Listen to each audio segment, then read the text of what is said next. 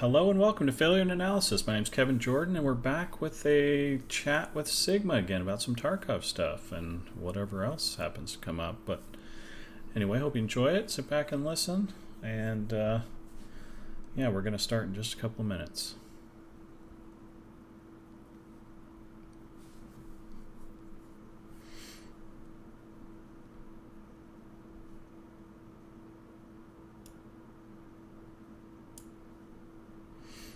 And by the way, I will not edit any of this out, so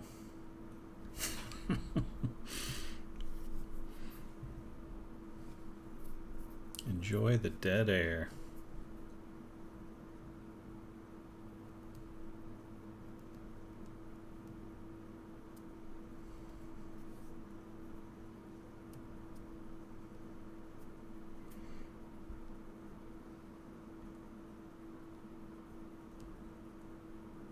I can't hear her yet. I'm not sure if she's trying to talk, but... Oh, yeah, I was trying to fix my scene. Oh, okay. My scene is jacked, but, it's just typical streamer problems. This morning it was my audio. My audio went to hell in a handbasket, so that was fun. Oh, very nice, yeah. Every time I use Streamlabs. Every time they update, I'm just like... super anxious. It's like, oh god, broke everything, all my settings.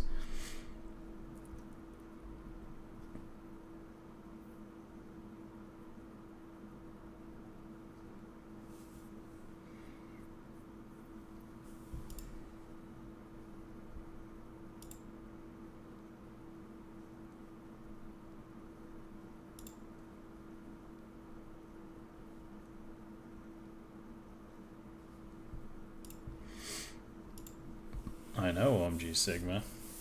Okay. I think we're good. All right. Pretty sure.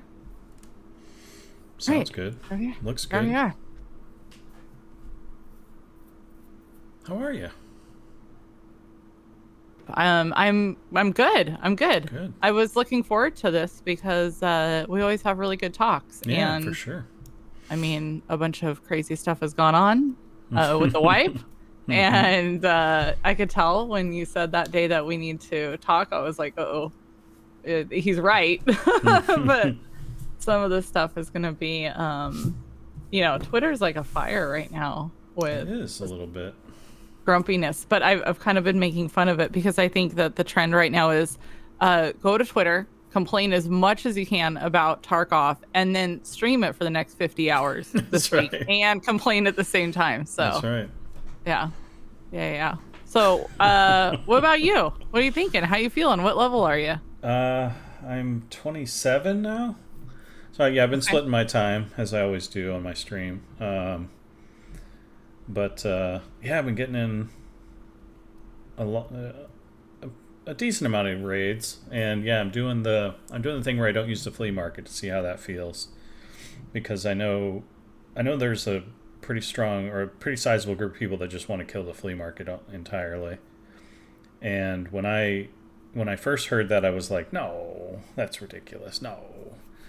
But at the same time, I feel like my enjoyment of the game is going down considerably as the wipe continues or gets later on in the wipe, right? As soon as I start to collect a bunch of money and a bunch of gear, I start not wanting to log in as much. So I'm trying to reconcile those two things, and I feel like there is a place for the flea market, but I don't know what it is when I think about it from a design perspective. So I wanted to play a wipe without the flea market and see how it felt, see how that changed my experience, or hopefully added some longevity to my enjoyment of the wipe. So.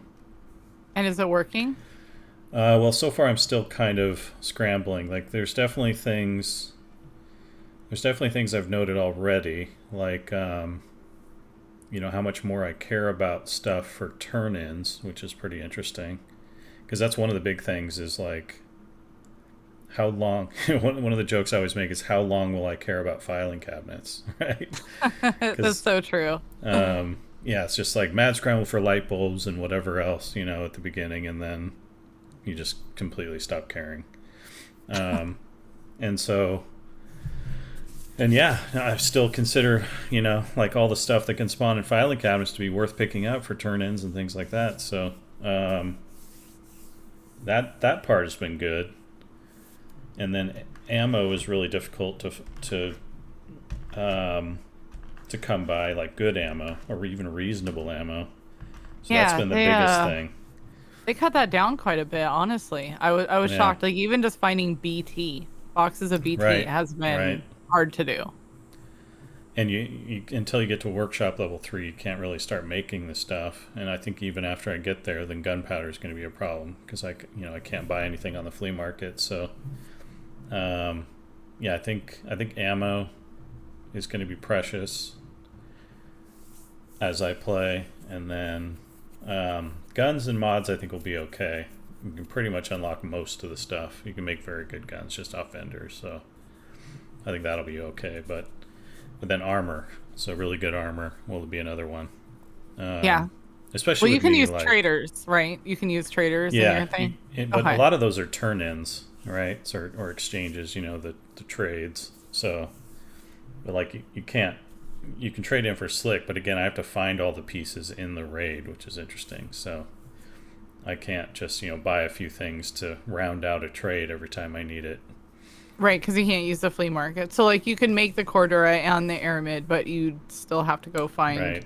the trooper armors. So Yeah. And so yeah, it's definitely doing some interesting things. I'm still not ready to say kill it entirely, but and the experiment's still in process. But I'm trying to figure out like the best way. Like how can we get a lot of the good stuff about the flea market, but also some of the good stuff of making people care about filing cabinets for a little longer.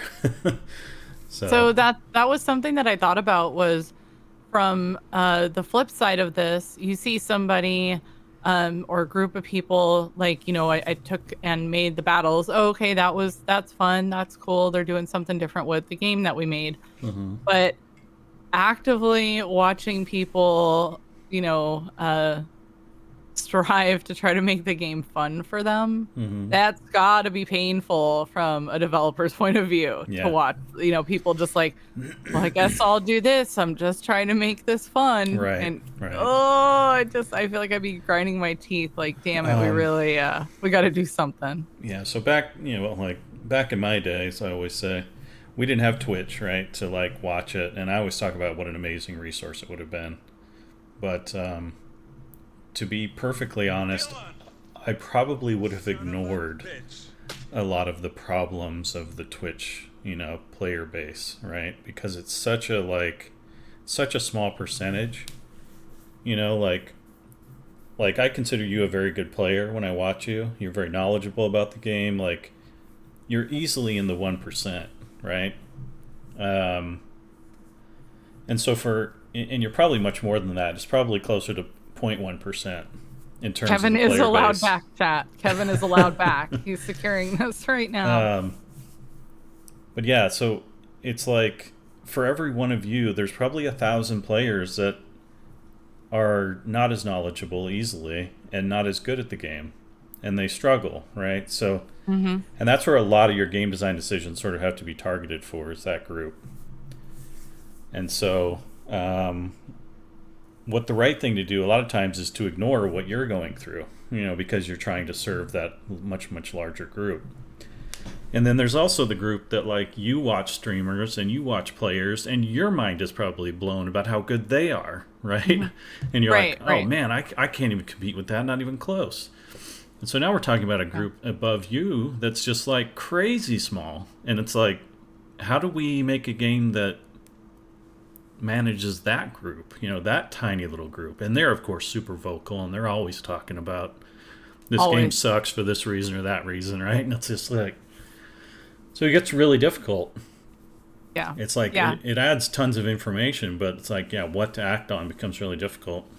And then on top of that, they're still trying to add content and systems and everything else. So it's like, how much are they even focusing on polishing up all these little things that we complain about versus just like jamming all the shit they want to put into the game? Right. And people So, stopping and thinking about their situation instead of their streamer situation, because we kind of touched on this before, is hmm you're an influencer, right? We have a yeah, bunch of influencers out there that are sitting there talking and they're saying, yeah, Chad, I think the best idea would be to do A, B, and C. And like you said, that's for them being a very small group, but their chat loves them and wants to support them. And they're like, right, yeah, right, hold on, I'll go get my pitchfork. yeah, And now they make it seem like, yeah, because so and so streamer said this, hmm we should, all rally behind him, and then somebody else catches wind, and next thing you know, all hell's broken loose. And right, I kind of feel like that's what the wipe was, to be honest with you, because I remember Nikita saying, "No, we're not wiping.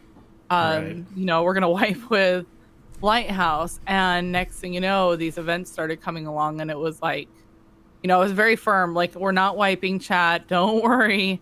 Nikita said we're not wiping. And I feel like when Nikita says something that specific, he usually follows through.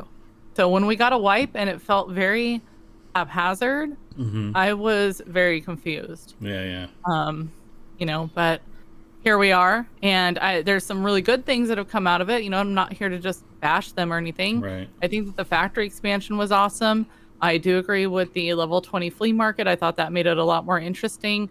I don't know about how much it, drug out the player experience per se, because, I had level 20 in what, 3 days, four right, days right, max. So, but like you said, there's a whole ton of people out there that are also now kind of struggling with it because they only get to play a few hours on the yeah, weekends because they're living a full life of right, work and right, kids and family and yeah. all that other stuff. And So that's another amazing thing is that like, and something that you recognize, I'm sure, but it's like, yeah, like let's say you're that 0.1%, and it's like,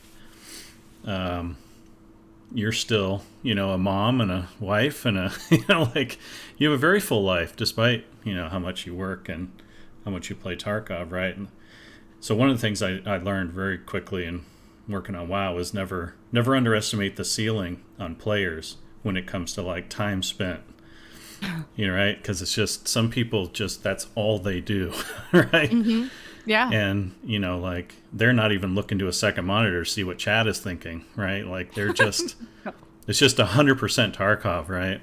yeah, And it's the grind.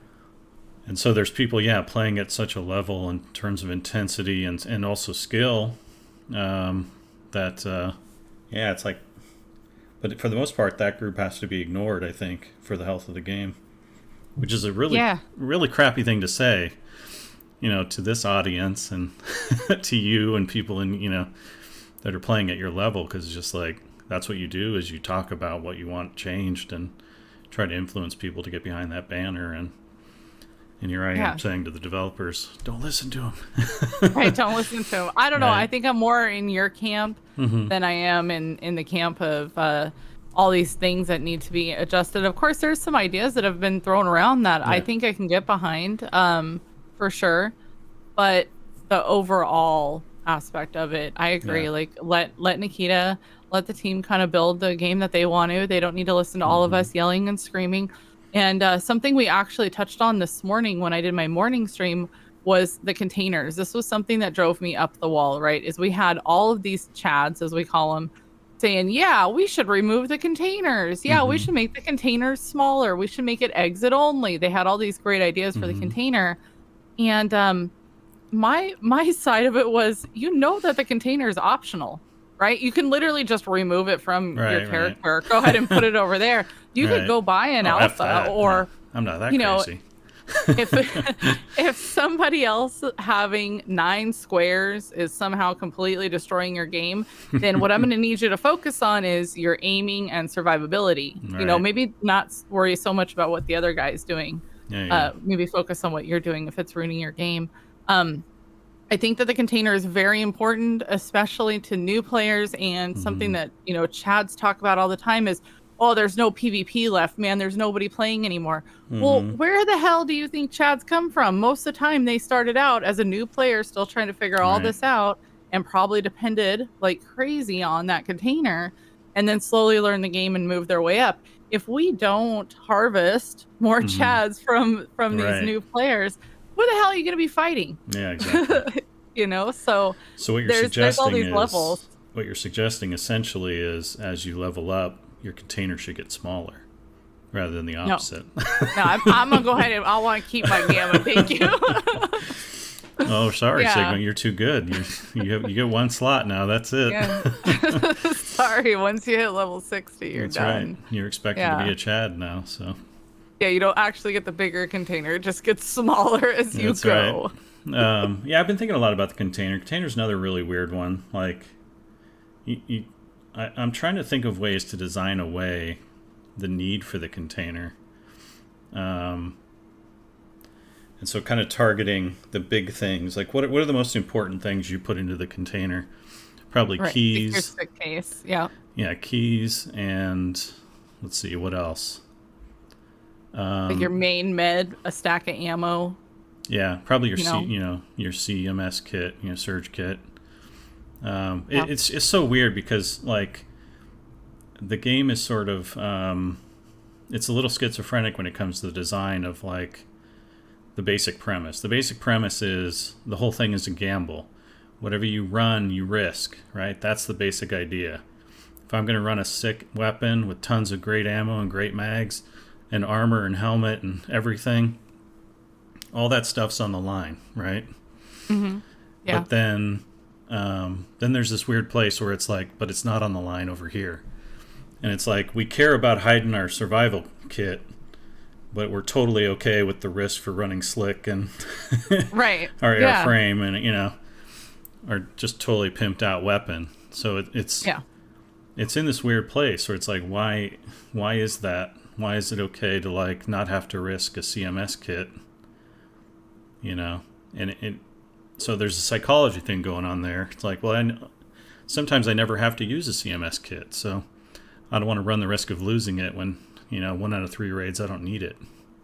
Right. Well, I think early on it's just such a valuable asset to have that you don't have access to, somewhere else. Right.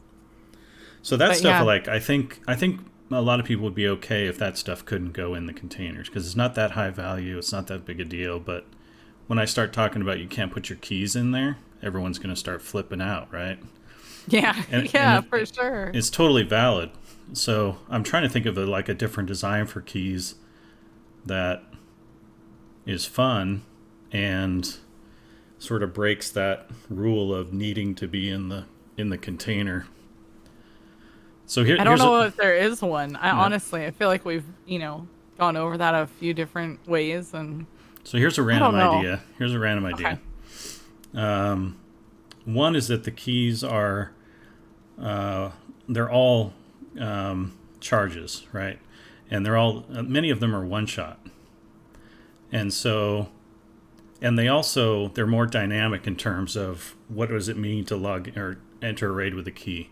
So think about your resort key, Sanitar's office, let's say. You put it into your backpack, not your container, and it's got one shot, and it can open that door for that one raid, and you're risking it. So if someone kills you on the way, then they get a free shot at Sanitar's office, right? And so when you get a key for Sanitar's office, it becomes this event, right? Now it's like, oh, I'm going to get the boys together. We're going to go super thick, and we're going to try and bust into Sanitar's office, right? And the loot needs to be, commensurate with that experience, right? It's not, I'm going to shove this in my container and then start hatchling running Sanitar's office for the next 10 hours, milking it, right? Right. And then also, like, the idea that making an event in terms of if I spawn in with the key, then the game detects that somebody has spawned in with a key with the intent to go open it, and you spawn raiders or bodyguards or maybe Sanitar's, Sanitar himself around his office, so that it becomes like something and making an event of me and the boys are going to get together, jump into a raid. It's going to be heavily defended, and we're going to try and fight our way through to get to Sanitar's office. and then everyone's going to hear a bunch of fire, and all the Chads are going to come running. And they're going to, somebody's trying to get Sanitar's office, right? Right. And then it becomes this just huge, like, dynamic PvP event, right? That may or may not happen every match based on what the players are doing, right? What keys they're bringing, sort of thing. And then that can change the flow of the game quite a bit, because it's like you just never know what you're going to get when you go to Shoreline. Is there going to be a big fight over Sanitar's office? Is there going to be a big fight at Power Station to get in that top room that someone has a key for? You know, where are people going to go? Are they going to go to Cottage? Like, and then the loot is way better, you know, but it's more like it's driving different... that loot's going to have to get better if it's going to be one use, because right. Holy hell. It's but then, bad right now. Then it's okay risking it. It's more okay, you know, like I feel like, because it's not like you're losing the key permanently. It's that you're losing one shot at it, and it still matters, but not quite as much. It also cuts down on, like, the, you know, the quote-unquote hatchling problem, because if you're going to run that key, you're going to want to bulk up a little bit. You're going to want to bring friends if you can. And can you put that key into your Gamma like you can the Sanitar key for labs? Because that's only a one-use key. It's like 200K. Right. But if you don't use it, you don't lose it, type thing. Oh, well, yeah. So some of the things, weird things, would have to be, obviously it's a very brand new idea, but it would have to be designed out. But yeah, that's a good question. And then it's like, there's also the question of, well, if I know it's going to, you know, bring Sanitar, I'll never use the key. I'll just use it to spawn Sanitar over and over. So maybe he doesn't spawn until after the door is opened or something like that. Then he rushes the place with his buddies, and you have another big fight to get out. So, you know, obviously a lot of details would need to be worked out. But I guess I just like the idea that when you have a key, it creates a gameplay experience that's different than your normal. It becomes like a quest or a task, you know, that this is going to change the whole purpose of this run. How I gear, how I, you know, try to get like I said, get the boys together.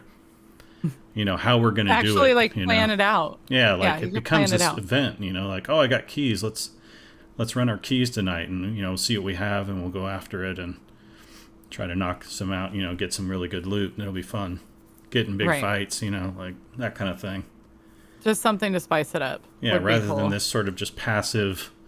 Eventually, everyone has all the keys to resort, and it's like whoever dominates the place just goes door to door looking for all the crap, you know, like, and it's just the same thing over and over. It feels really, really predictable and a lot less interesting. Yeah, that's true. That's true. Though I think we're all kind of hoping that they continue on their path of like figuring out these events. I mean, I have to say I wasn't very impressed with the water, whatever, dehydration. It just wasn't. It was whatever. Yeah. I wish that were tied to like a desert map. I mean, they're pigeonholed because it's in Russia, so they can't do a desert map. But I wish that were like a modifier on a certain map, so that different maps sort of had different loadout requirements. They kind of already do with your weapon and armor choice, but I thought we were gonna have a food event. That's what I was like. Yeah. Because they started spawning all that food into Goshan out of nowhere and never said anything, and I thought, oh shit, here we go. You know, like, hey, we spawned a bunch of food there. Everybody's talking about it. You know, you have an opportunity to build this up.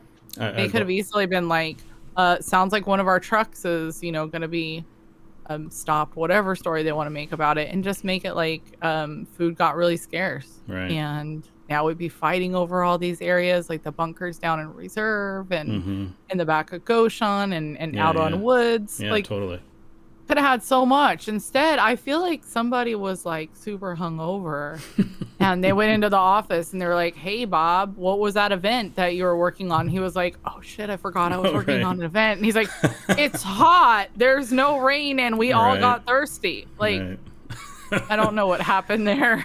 I don't know. I'll tell you what actually happened. You know, they were preparing to launch it, the food event as described, and it was great. It was amazing. And then they went to Ginger Linus's stream and saw that she had 20 fridges full of food, and she's like, well, fuck it, we're canceling it. You know, she's going to ruin the market like Bitcoin did last wipe, so forget it. It Canceled. was all Gingy's fault. um, I've never seen the luck that she has. We were joking about it earlier today, and we said, if she gets an in-game item, it should be like a golden horseshoe or a four-leaf right. clover, Right. just Absolutely. Yeah. something. And then if you carry it with you, you get like a better chance of That's finding good right. stuff. That's right. So Well, food. 1% chance better finding food, but nothing good. right. Yeah. Oh no, she finds GPUs on her scavs and Right. bitcoins. Right. Like I cannot believe it. So that would probably be. I'd vote for it in a heartbeat. Yeah, that's so good. So yeah, just a lot of things about like, I don't know. I've just been brainstorming. I don't do this for very many games, but I've been loving Tarkov since I started playing it. I see so much potential in it still, and so it's just my wheels are always turning on. Kind of what would I do, kind of thing. And it's been an interesting thought experiment for sure. But yeah, the other part of the container that's weird is that all of the highest value loot on a map goes from its spawn location straight to completely secured as soon as it's found. And okay, yeah. I think that's really strange. Because nothing else is secure. Like everything else again about the game is like you have to fight your way in, but you also have to fight your way out. And like this high value loot doesn't have that thing. It's just nope, it's a lead X, it goes in my butt. That's it. And no one's gonna get it. Maybe it's still found in raid when I'm done, or it's not, but as soon as like there's no like, oh crap, now I gotta figure out a way to get out of here with this lead X. And that's really exciting. So maybe adding like a pause to being able to put it in your container or unlocking your container, something that would kind of hold it up a little bit, you think? Well, like just my goal is like trying to imagine a world where there isn't a container at all and work backwards, see like how do we design the game to make it more fun, more tense, more exciting, more engaging in that world, And again, it's not just a like, yeah, get rid of the container, it sucks, it's more like what could we make the game feel like and how could we improve it if there were no such thing as a container, to begin with. And again, it comes back to like the weird schizophrenic thing of like I'm risking my gun and my armor and everything else that has to make it out of the map, but for some reason the highest value loot on the map isn't at risk ever, which is really weird. And again, it would just be like another thing that cut down on hatchlings. They seem to hate hatchlings, and I get it, but it's like if you had to fight your way out. Hatchlings are actually like a problem. Well, they were seriously a problem. What they are, but I'm grateful that I've had this experience, but I also feel bad saying it to the people that haven't had the experience because they just don't know. Right. Back in the day, hatchlings were literally everywhere, and they did run right in front of you and take all the loot, and there was nothing left. Now we have a lot more loot spawns, and I don't see them as often, and they're kind of dinged for it because the scavs come out like crazy. I find a lot more dead hatchlings now to scavs than I ever saw before. And also, and if you want to talk about this more, but the hackers, I know people get frustrated by the hackers because this is a game that you get so invested in and your gear and all of that. And of course, they piss me off too. Don't get me wrong. And I'm not saying they don't exist. What I am saying is that before BattleEye, it was a goddamn joke. Right. It was so bad with the hackers. Yeah. When BattleEye came along, for all of us old school people out there, it was like the heavens opened, and we were so happy to have BattleEye because it did really change it. And are there shit moments now? Yeah, there are. Do I know that BSG is highly frustrated by it and tries to do everything that they can? Yes. Could there be things done more and probably better on a different side? Sure, because I don't know any of that stuff, and I'm not going to claim that I'm some amazing hacker cleaner up or whatever. Right. Hackerologist. Hackerologist. Yeah. Thank you. I'm not a hackerologist. But I just don't let it get to me as bad because I have experienced the other stuff before. So again, I don't I don't know if the hatchlings are really taking that much loot away from me. I've seen a Um, ton less, and I think that's a sign that the game is getting easier to collect money and resources, right? Like mm, once your stash gets full of stuff, it's like, well, why not run a little bit of gear? Like that's true. only the most determined rat is going to continue hatching when they have a full stash of gear and tons of money. So um, that's good in a way, but it's also um, I worry about the bigger implications, which is that it's getting too easy to collect money and resources and everything else. Like because that's the stuff we're supposed to be fighting over. That's the stuff we're supposed to be desperate for and hungry for. Yeah, And it's that's also a true. big thing of how we separate ourselves from the guy next to us. Like when you see a super thick boy, he's a total sweat lord. That should be something that terrifies you, right? Because most people are just running around with, armor that's mediocre. It's like, oh, sweet, I got my armor 4 armored rig, I'm ready to go. Right, And it's right, like, it should be an event. And it's like, that's a player boss, like, holy cow, run. you right. know, or again, like me and my buddy swarmed him, with our 855 and somehow managed to kill him. And Hmm. now we're just, loving life, right?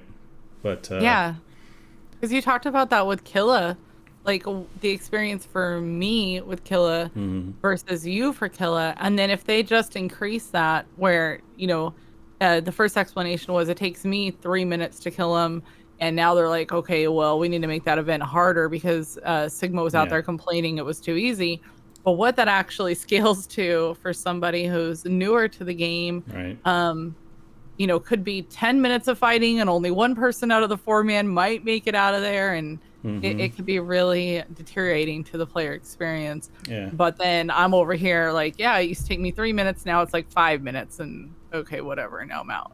So yeah. trying to think about the whole spectrum is really hard to do. And the weird thing is, like, it's common for new players to complain because it's so hard, and yet once they get to the mid, point of their Tarkov career, their late point, you start to hear more and more of them say, man, I wish I could wipe my memory and start Tarkov all over again.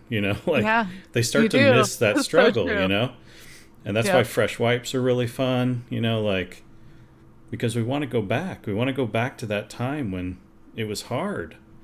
And Hmm. so even though the new players are complaining, they're probably having the time of their life, even though they may not realize it yet. Yeah. Um, and so keeping the game difficult, especially for new players, I think is really kind of important. And the expansions and all the extra loot, on the maps that we've been seeing is trending in the wrong direction in my mind because a lot of the newer players, yeah, they're not doing hatchling runs anymore. They're running, reasonable gear quickly, and then the flea market, of course, accelerates that potentially. And now it's at level 20, but I still see level 8s with completely kitted out HKs and awesome armor and right. Somebody's got to be bringing them stuff. Like Yeah, that's yeah, I've seen a few like level 17s that I'm like, you don't have the market. What are you right. doing with all this shit? Yeah. Yeah, it's pretty fishy to be honest. And so I feel like it's depriving new players of that same thing that we kind of grew up in, and it was such an amazing experience, and how many of us would have grasp at a chance to get it back, that struggle again. So um but yeah, they're going to complain. New players are going to complain, this is so hard, and it's like you want it to be hard enough that they're having a great time, but not just barely not hard enough where they're quitting, right? Right, Like that's that's the true. breaking point. So Finding but that fine line because yeah, there's been so many. I tend to hang out in like really small channels.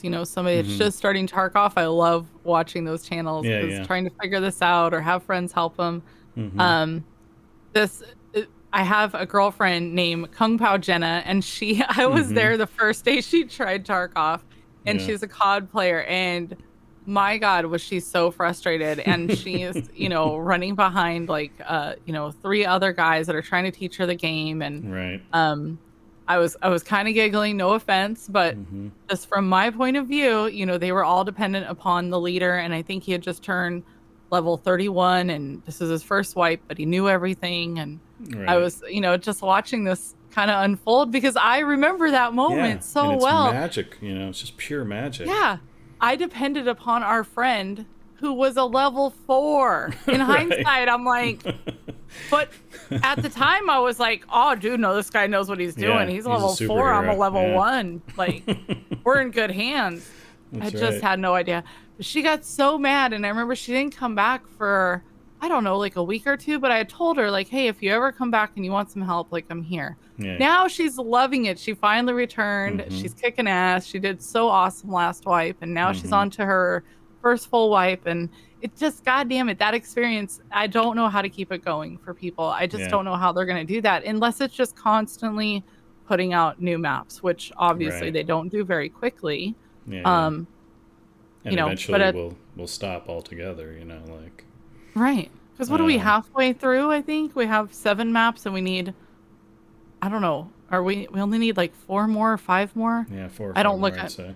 yeah, something like that. But the streets one scares the shit out of me. Like you said the other day, if people can't run reserve, very well on their PCs, Right. what is streets gonna do? That's right. RTX or it melts. Yeah, that one's gonna. And I'm really interested. I have a feeling it's taken so long because maybe it's been done for a while, but they're like already seeing issues. Like, uh-oh. So they're like, okay, we got to rework some Maybe. things, like get rid of this whole section here. I don't know. I'm not sure, but yeah, that it's super ambitious, which is awesome. I love to see ambition in games. With especially with designs that I like a lot. But it's scary too. Yeah. Yeah, But because it's been years. I told you this before. I thought when I first started, we had Interchange come out. And so mm-hmm. when I heard that Streets was about to come out, like the way it was talked about was like, oh shit. I remember telling chat, yeah, I think in like a month or 2 we're gonna have this Mm-hmm. new map called Streets. And For sure, yeah. it's it's over 3 years later. And I'm like, Then I got married, listen, had 4 kids. Yeah. I moved across the country. That's I right. believe in shit till I see it. Yeah. It's a busy month, yeah. I'm still excited. I'm still excited. Don't get me wrong, but I Right. am not saying nothing to nobody until it's here. End of story. Yeah, so that's one of the long-term problems I think they have to worry about or think about is just how to take that completely magical starting experience that so many of us have gone through and absolutely adored and figure out how to extend that and build on that for a long time.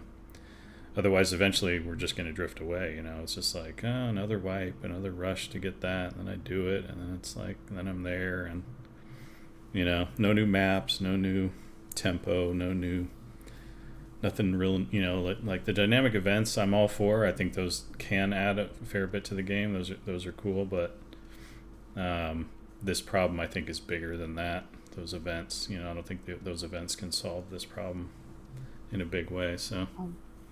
I almost wish that there was, because I think a lot of the frustration for me personally, who I'm a very patient person, but my frustration is the tasks, having to do the exact same tasks over and over again. Although I Right. love knowing what's coming up and planning like how I can just smash these out super Mm-hmm. quick is something that I'm very used to, but I almost wish it was like we had a wipe, but Kevin rolled his tasks and turns out the poor guy has to do Shooterborn in heaven first. Right.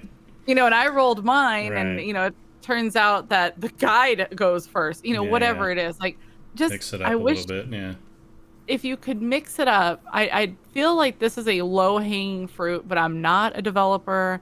Right. I don't know what the hell goes into it, but why are we not mixing up the thing that frustrates your old school players the Mm-hmm. most? Yeah, and I think that's it might be one of those content things because they still also have like the main story task thing that they've talked about, where it's like, they consider the current tasks in the game to be side quests essentially, is what I've heard, and they're planning to do a big main story, task experience. So they don't have that yet in, so that's like, it tells me that they are still struggling to get that part of the game focused on and finished. They added a bunch of reserve quests, so they're still tasking maps that have been out for a really long time, right? And so it just strikes me that they are way behind in terms of like task stuff. So the expectation that they would go back and mix it up or tweak some things here and there, to make us old time players, and I'm not even old time, but I'm already feeling that same burn is I think it's a big ask at this point, because it does seem like they're super behind on just task stuff in general. Yeah, but, I think that they are. I think the dynamic event stuff that we've been talking about is like, that is a place that can pick up a lot of the slack, if it's just sort of automated and it runs on timers, or like, another idea is just like, all right, people have been farming lead X's for 2 solid weeks, 400 of them have come out of there, and so that's tipped a little thing that says, okay, well, now a bunch of raiders are just going to be camped in resort now. Because, like, the theme there is, like, they figured out it's just been looted heavily, and so they're moving in. And, right, like, good luck. And that lasts for 2 weeks, right? Like, it's just something. Like, and that changes the whole dynamic of that zone, and then 2 weeks later, the pressure gets let off, and it goes back to normal for a while. But it's like, it's sort of reacting to the way players are playing to take those things that players are doing to modify the way the game plays, so that if it senses that players are kind of getting in a rut, all I do is just run resort over and over and over and over. Then it shakes things up. It changes the way they have to look at resort and how they play it and everything else. And then if there's a lot of those kinds of things going on all over the game, on all the maps, then it starts to feel like this living world that's responding to the way the player base is playing it, and it keeps things fresh and interesting. Right. I would really like to see them at least start out with an every other week task, just to test the waters. Mm-hmm. Because I feel like I don't want them to get overwhelmed. This would be new, but at least an every other week event where every other weekend you and your buddies. So I never played WoW. I'm so sorry. I know I've told you this before. I have not a goddamn clue what goes on with that game. But I do remember this very specifically. I had a great girlfriend growing up. She married, and I would go over to her house, and her husband would be playing this game called WoW. Now, listen, I was not a gamer. I was not a streamer. Mm-hmm. I was just, a working mom. And I would be like, what is this motherfucker doing in front of this PC, for 8 hours? And some nights I would go over there, and she'd be bringing him dinner into his office, and she'd be like, oh, it's raid night, and I remember she would be excited for him, and he was super excited, and he had friends that did this, and he was calling off work tomorrow for that. And I remember raid nights. I don't know what the hell it is in WoW, and I'm sorry again, but I remember that being so exciting. And I was like, is this like some new game? And she's like, no, it's been around forever. And I was like, now that I'm a gamer, for a game to be around forever, but raid night was something that even the wife was excited about. Something was special that was happening with whatever raid was. The key thing there is just, it was really social. Like, again, like, you probably love your community nights because it's a bunch of people having fun, right? So that's the key element there. It's just people getting together doing a thing, and it's not something you do every time, so ties back into that dynamic event thing that you're talking about, which is, it's just an excuse to do something different. And you chat about it as soon as you figure out it's going to happen, and then you get excited about setting a day where we're all going to do it, and you get together with everybody, and I would like to see teams going against teams, not just the way that we do it at Evasion, but I'm talking about, like, they used to do the leaderboards like way back in the day, and if it would be cool if you could, like, I think I'm asking too much, but if I could like register my community, and maybe Swamp Fox's community did something, and if this is like an every other week thing and we could plan it out, I feel like that would be easier to do than maybe completely rebuilding a map, but something community based, because that has never left me. How excited she was for him when Yeah. she's not even playing the damn game, you know, and he's calling into work and I'm over here like broke working 3 jobs. Like, no motherfucker, ain't nobody calling into work over a goddamn video game. But he did, and they planned it out. And I remember being excited for them, even though I had no idea what the hell was going on. Yeah, the so, passion is infectious, and yeah, and that's what it it should be. Like, in the dynamic thing again serves another role of like you not knowing what next week is going to bring, and so you're sort of your ear is to the pavement, trying to figure out, oh, what's going to happen this week, and there's a buzz about the excitement, and then once it happens, the knowledge spreads like wildfire, and everyone gets excited, and then you get to go and do it, and that's a great time, and then next week you're back to, oh, what's going to happen next week, like, and then it's just fresh and it's continual, but there's a whole social element there that is reinforcing the whole experience. So it ends up being less about the individual content that's happening and more just about the way the community is engaging with the content, and that they're excited and they're sharing and they're planning and they're getting together and they're knocking it out and they're celebrating, and then they're back to listening and sharing, and like there's a whole cycle there that's super exciting. So I would like to see that, and I think we emotionally need it right now in Tarkov, because I feel like we're just nipping at each other. And no, I don't have a halo on. I'm not the best at this always, but we're just starting to just eat each other. And I don't want to see the community go that way, because it's never been like that. We're a great community. Streamers support streamers. People are trying to help others get their tasks done. And if we could have events that put more focus on our community, even if the event isn't freaking perfect, who cares? We'd be working together. I mean, the WoW stuff was never perfect, but again, it's that's a fun experience for the community too. It's just laughing at the bugs, laughing at the things that don't work right. It's like, oh, there's 2 killers this map, like that's hilarious as you get blown away, right? When you're just like, okay, that's a weird bug, but yeah, you get to laugh about that for a week, and there's clips on Twitch and everything. It's its own kind of celebration, right? Like, it used to be Tarkov things. We used to say it was Tarkov things. Now people are like, fuck you, BSG. Nikita, you suck. And we're like, holy shit. That's the problem with content-driven or required games, where it's like once the content runs out, then everyone starts to get real irritated.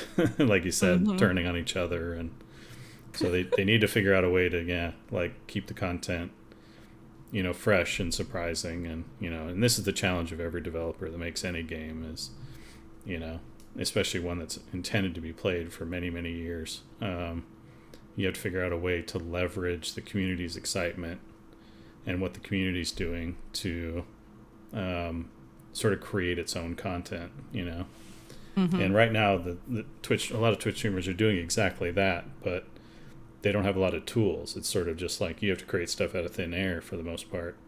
And they support you in interesting and important ways. But it's still kind of up to you to set all the rules and everything else. So the hand-in-hand process is the correct way forward, right? Like where they design elements and then you feed off those to do things. And then back and forth it goes, rather than...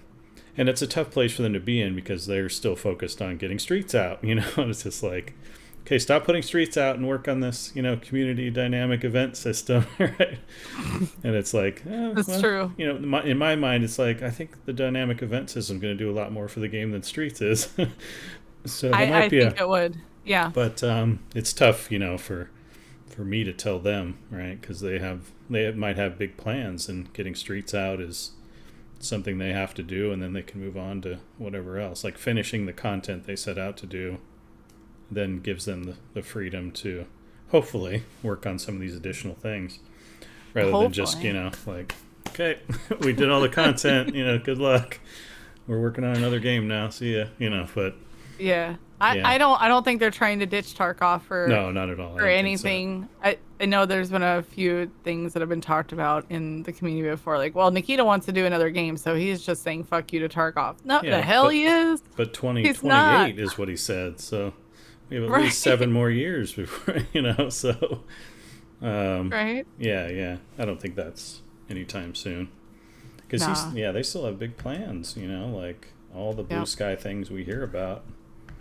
I don't think Yeah. we're anywhere close to a lot of that. So this I don't hasn't quite either. I become really their don't. baby yet. You know, it's been amazing and it's been successful. And I'm sure when Nikita looks at his bank account, he's like, you know, I could walk away at any time. Yeah, he probably could, right? He But probably's like, right, nah, dude, I had deuces. I'm leaving. right. But I'm good. I've had it with your shit. But yeah, he's not. right. He's a So workhorse, he still wants to make his baby the best thing possible and the best thing ever. So Yeah, um, 100%. yeah, I believe he's going to stick around and keep at it. So And I can say I have had, conversations with Nikita before. hmm I know that he freaking loves this community so yeah, much and yeah. he wants people to be happy. And I'm not here to speak for him. I can only speak hmm from my experience. But when you get to talk to him in that setting, when Yeah, nobody else is like watching and you're just right, right. BSing, Yeah. he loves his team, he loves hmm his community, he's proud of what he's done. Oh, yeah. And I And he should know be. the cheaters just are so frustrating to him Yeah. because he wastes so much goddamn time Right. with this stuff, that he's not able to do everything that he wants to do. And if this is, we've already seen what Nikita is capable of. Could hmm you imagine if, other things got the hell out of his way? Yeah, yeah. Like, who knows what we would have. But Well, I think they're on their third hiring event. all Some of the right. things that I look back on are just looking at old school customs, the way that used to look. Like they did a great job with that expansion. The Woods expansion is super impressive to me, and hmm labs and reserve in general. Like when I look back and I start seeing a lot of the stuff that they have done instead of focusing on why don't I have this thing right now, I Yeah, tend to chill out a little bit more. right. So I try to remind the community of some of the things they've done. Like, Yeah, hey, for I'm not sure. dropping my backpack in interchange and watching it fall to the garage and having to run down to the garage to go find it. So, I Right. mean, I guess Yeah. that's a positive. I can be pretty patient with Nikita, and I do believe in him, and I've been really impressed with everything, you know, most of the time that he talks about. But one thing I won't cut him any slack on, to be honest, is the Mhm. cheater problem, because that's 100% his fault. I mean, if he hadn't made a game that's so amazing, then nobody would care who was cheating in it. So he has only himself to blame, to be perfectly honest. You know, I don't screw know how you, this stuff Nikita, for works. making for making a fun game. I don't know how this stuff works, so I can't. It's always a sign of success. I mean, that's the bottom Re- line, is that if people care about you know, the game and the resources in the game and performing in the game, and there's a lot of people playing, that's when the cheaters move in. You know, that's just how it works. So the more people playing, the more cheaters, especially in a resource, you know, driven game where economy matters.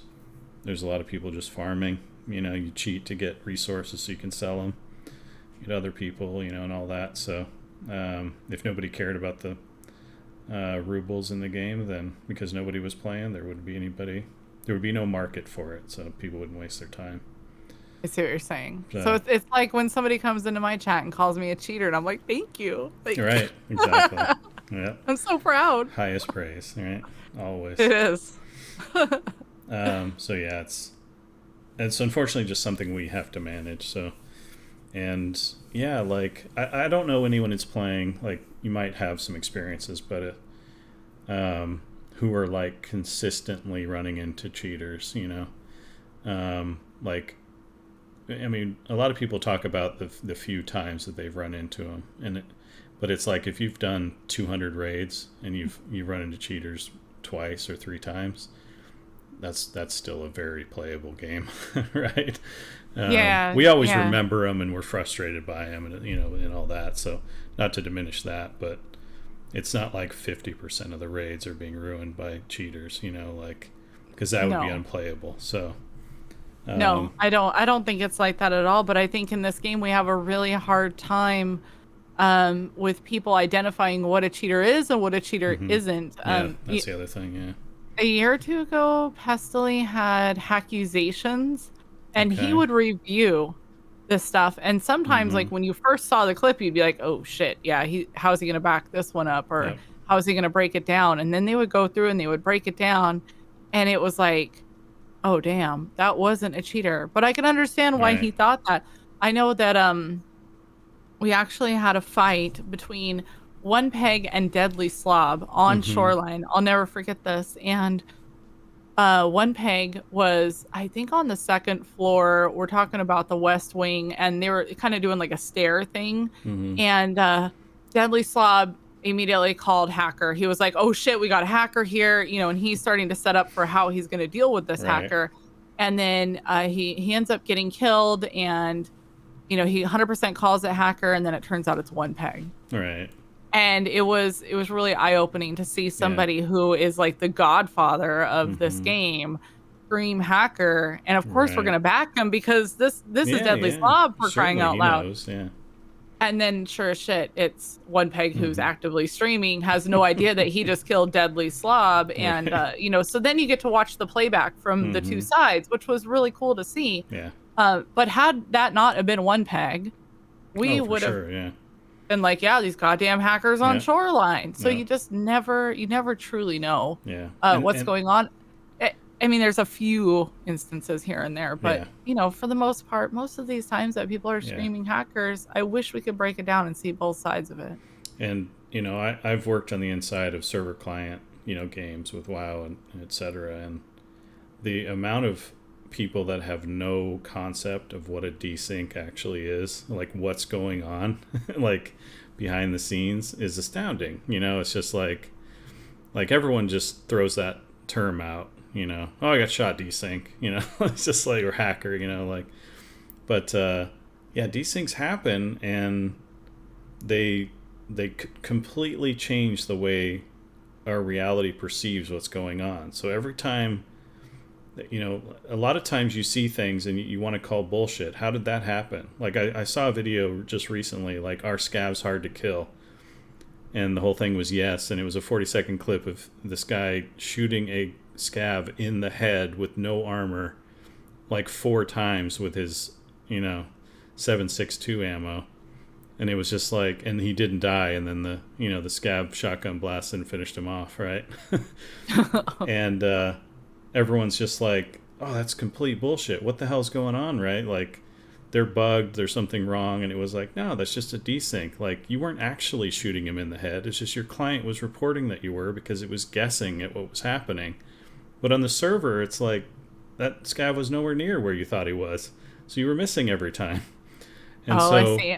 But your perception is you take everything at face value because your client is lying to you, right? And you always believe your client, because that's all we have to go on, right? It's like believing your eyes, But what's really happening in that scene is on the server, the position of the scav in reality is not where it is on your client. Your client is confused and trying to simulate what it thinks is happening on the server, but because of the desync, that's not actually what's going down. What's going down on the server is the scav is behind you and he's blasting you with a shotgun and you're shooting at the clouds, right? Like, you're nowhere near it. Yeah. And so the server just tells you, oh, you died. That's what it tells you. And then your client's like, yeah, you died. But it also lied to you for 30 seconds before that. And so, the amount of information people think is, that they're getting from their client is real, is a complete fabrication. But they're basing their judgments on, was that person hacking? Was there some weird bug, based on what their client is telling them? And a lot of times their client's just flat out lying to them, because the client is never going to stop when there's a desync. Oh, I can't hear the server right now. Just everything freeze, Right. and we'll Hold wait on, until he right calls us back. Because then the game would just be stuttering constantly because there's all kinds of interruptions in the connection, right? But that's an unplayable experience, right? So it's the client's job to fudge over a lot of stuff, and most of the time it doesn't matter. If you're just running across a field, who cares if it's not accurately representing every step you take? The general idea is you're running across, and what really matters though are those final moments where you're getting a kill, or you're being killed. But the same thing is going on in both of those situations. The client is trying desperately to convey what's happening on the server, but there's a million things that might be interrupting that process. So a lot of the times the client is just guessing, but most people just don't know that. They don't know how this is actually working. They think there's a full client on the server and all of the stuff is playing out in exact the same way they're experiencing it on the server. But none of that stuff is happening on the server. The server is just a bunch of zeros and ones, and it's like the Right. Matrix, right? It's just stuff happening, and then it's trying to tell you and keep you up to date. And your client does all the work and visuals and walls and where people are and where bullets are flying and all that stuff. But a Yeah. lot of times it's just guesswork, especially in like really interrupting high ping moments, right? So Right. And um, that's where like one peg was like, that's not what I saw at all, yeah, it's like you and were right in front of me, being a yeah. doofus, and I just blasted you. It was that easy. And Deadly Right. Slav was like, I wasn't even on that floor, like, what are you talking about, right? You must be a hacker. So yeah, it's real easy to assume, Yeah. the worst. And there's also just like our general inability to like admit that we lost or that we were bad in a situation, right?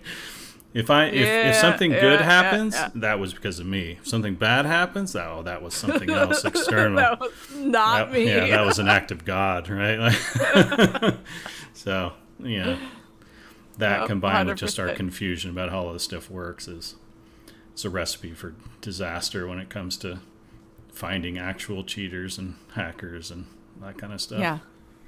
That's true. That's true. Because and when there's a lot of these guys that are blatantly like showing their hacks on Twitch. We get Mm-hmm. little flurries of them that come through every once in a while. You get like three Yeah. or four in a week, and you're like, what the hell? And find out that BSG is aware 100% of this Mm-hmm. person. Battle Eye is 100% aware, and you're going, then what the fuck are they Right. doing? That's taken so Right? long. And Yeah. yeah, and then it turns out like, oh, well, they've actually been tracking this and this and this. Like I was really impressed to hear Mm-hmm. some of the things that they're able to pull just off of somebody streaming the hacks, like what they can trace it back to. So yeah, the guy got to stay on an extra 30 minutes longer and everybody in the community was riled up and pissed off. But what they were able to pull out of that in Yeah. 30 minutes, Right. might have just taken down 45 other hackers Yep. in the Yep. background and you didn't know that. But Exactly. let's get our pitchforks ready All right. and we'll everybody gather around. Let's go scream and yell about, There's also how just the long it negative takes them. side of making mistakes. It's very similar to our real life justice system. It's like when an innocent person goes to jail, that is the absolute worst, right? So Right. when you're too heavy handed because your policies are really draconian, then yeah, you're gonna send poor Sigma to jail even though she didn't do anything, and that's gonna spread like Innocent. wildfire, right? Like like the That's whole true. community is going to rally and just hate on BSG massively because they made a mistake about one mistake with one person that they thought was cheating because they were too aggressive, right? So that's the other thing to understand is you don't want to push them into a place where they're so hyper aggressive that tons of people are falsely banned and then they have to work through the process of unbanning them, and there's just tons of negative PR that they're always dealing with, and then more and more Yeah. hackers get to use those same excuses, even though they're actually guilty, and some of them get unbanned. And so it's a very complex problem, and it's a very difficult one. So It is. I can't tell you how many times a week I get contacted, like, oh, Sigma, my account got banned and I really need help. And I've been playing since 2018. And, right, there's been a couple times where I've been like, okay, well, let me see. And it turns out you fucking lied to but me. they attach their halo right to the email. Yeah, A I'm sure. 100%. Yeah, Yeah. So now it's just like, I'm sorry, guys, yeah. and I do wish that the process was a lot easier for people. Mm-hmm. I don't know what their process is, but it seems like, and when I say they, I'm also including Battle Eye in this. It seems Yeah, yeah. like they could use a few extra customer service people Right, over right, there. right. 'Cause goddamn, Yeah. sometimes like you said, there's a hiccup and everybody comes screaming and yelling. It turns out, Mm-hmm. yeah, they actually did fuck up. Right. So And that's you want to keep those to a minimum. It's always going to happen, but you want them to keep it to a minimum. And unfortunately, that puts us, the player, in the position where we also just have to be okay with some low percentage of our raids being ruined by hackers. Like not letting it spoil the whole experience. Like if you're getting 98, 99% of your raids hacker free, that's amazing. That's a very playable thing, and Yes. we need to kind of just get over the 1%, you know.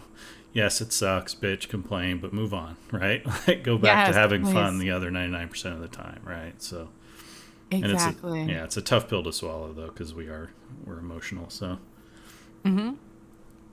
Yep, that's true. The emotions start flying and nobody's safe. that was my Nobody's only safe. slick. Yeah, yeah.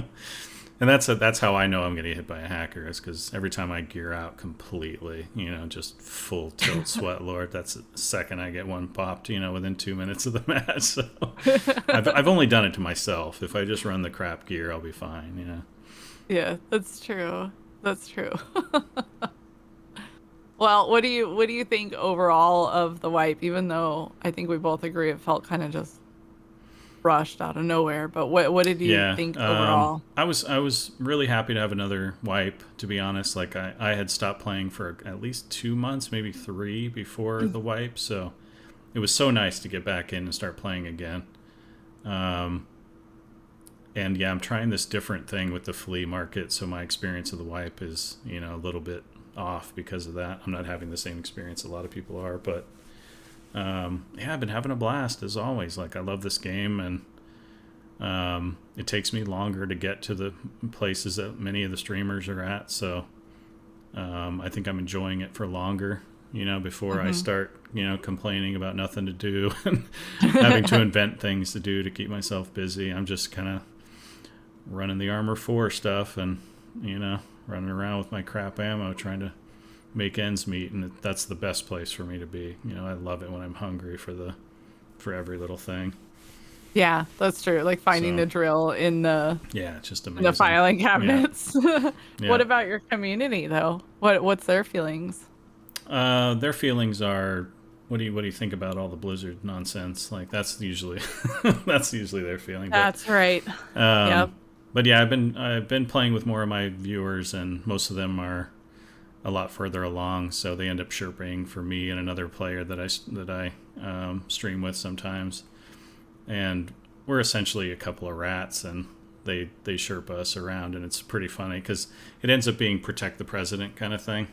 Like I like it. they even let us do the looting, and then if we get something really big, you know, they're like, okay, we got to get you out of here, you know, right? Like, and it God damn, becomes is a there a spot open? Is yeah, there can I exactly. can I tag along? Because I wouldn't mind that. So it's a Yeah. totally different game for them, which is funny because like when we die, they get super upset, you know, because they failed to protect the president, sort of thing, right? And so they're playing a totally different game than we are, and yeah, but it ends up being a pretty fun time. That's So, cool. but yeah, Totally different game, but you're in the same raid. yeah, exactly. So, um, yeah, there really is something to this idea of mixing things up and the game meeting us halfway when it comes to offering us different experiences. You know, because you know, one thing we don't have is roles, right? Yet everyone's basically just you go as thick as you can and you just try to kill everything. But it's like one of the guys I stream with desperately wants to be a medic. You know, and you know, again, the idea of bodyguards and a president, you know, is a really cool thing that, you know, maybe the president has bonuses to loot, you know, so it's like it's a rat's dream, right, of just running Yeah. around not having much combat skill, you know, but he's really good at checking, you know, loot containers, right? So and then it does become like a whole different game. So that's another thing, you know, blue sky that they could add to the game is, you know, people take on different roles, and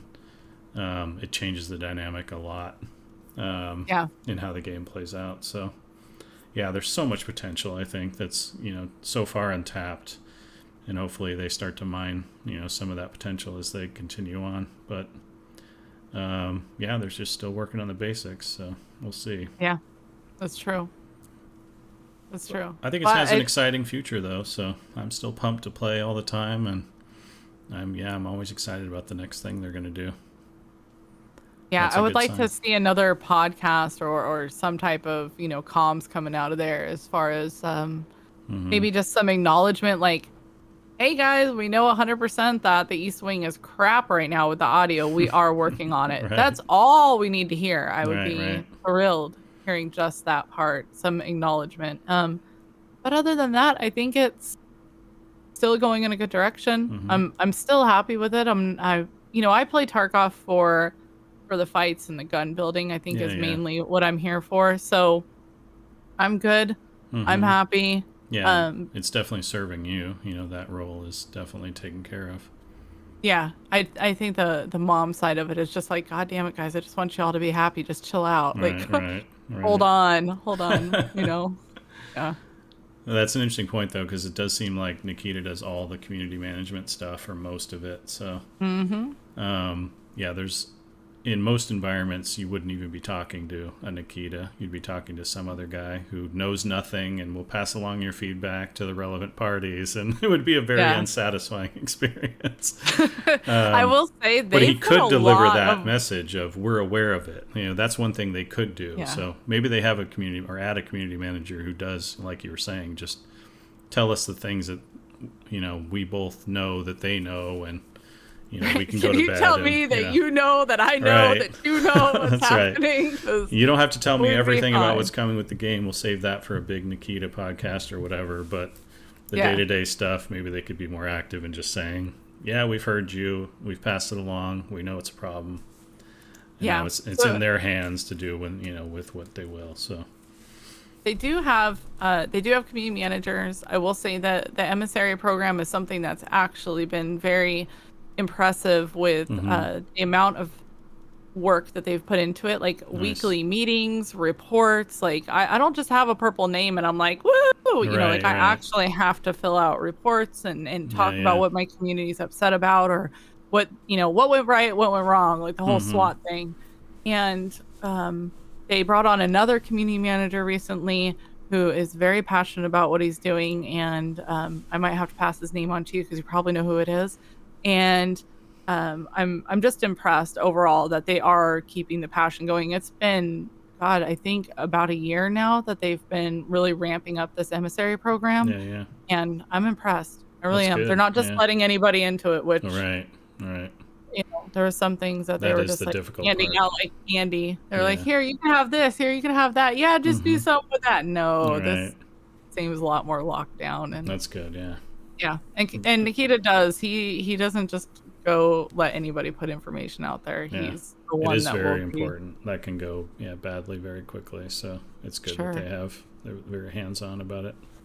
Yeah, of course. I think things can definitely be done But yeah, to that's also improve just on it. another whole distraction, like managing all the Twitch kids and all their little complaints and their Hmm. appetite for news and everything else. And, that's a whole other thing Right. that they have to manage. And it's Yeah. usually has payouts. It has really good payouts because, the Twitch people are the ambassadors for the passion for the game. And like, I'm trying to imagine, the word of mouth of how good Tarkov is without Twitch, right? Like, I think this game would be a lot less successful if not for Twitch. So there's Yeah. absolutely a payout, and it's very worthwhile for them to maintain good communication and good processes between Twitch and themselves. But it is another thing that they have to spend time on. So Yeah. It just like tree branches out into a whole nother mm-hmm. situation. That's true. But we're That's worth true. it, right, Sigma? We're worth it. God damn it. Yes. Super worth it. Mm-hmm. I don't know. I'm just, I love it. I'm not going anywhere. Right. So, Right. take the good with the bad That's right. and keep on trucking. Till death do us part, which unfortunately happens in too many raids. 100%. Well, it seems like my chat was super happy to see. If we can give Kevin another shout out, please, and thank you. You said you are putting this up on YouTube. Yeah, I'm recording it, so it'll go up on YouTube. Okay, very cool. Good. Well, hopefully one day I'll make a little Kevin folder on my YouTube and Oh, nice. I'll put all of our talks in there. Sounds great. Okay. It's been fun as Good. always. Yeah, 100%. I'm gonna go jump on Tarkov for a little while. All right. I'll let you get back to doing what you're doing. But thanks again. Okay. I appreciate My it. pleasure. Thank you. See you later. All right. Bye. Bye.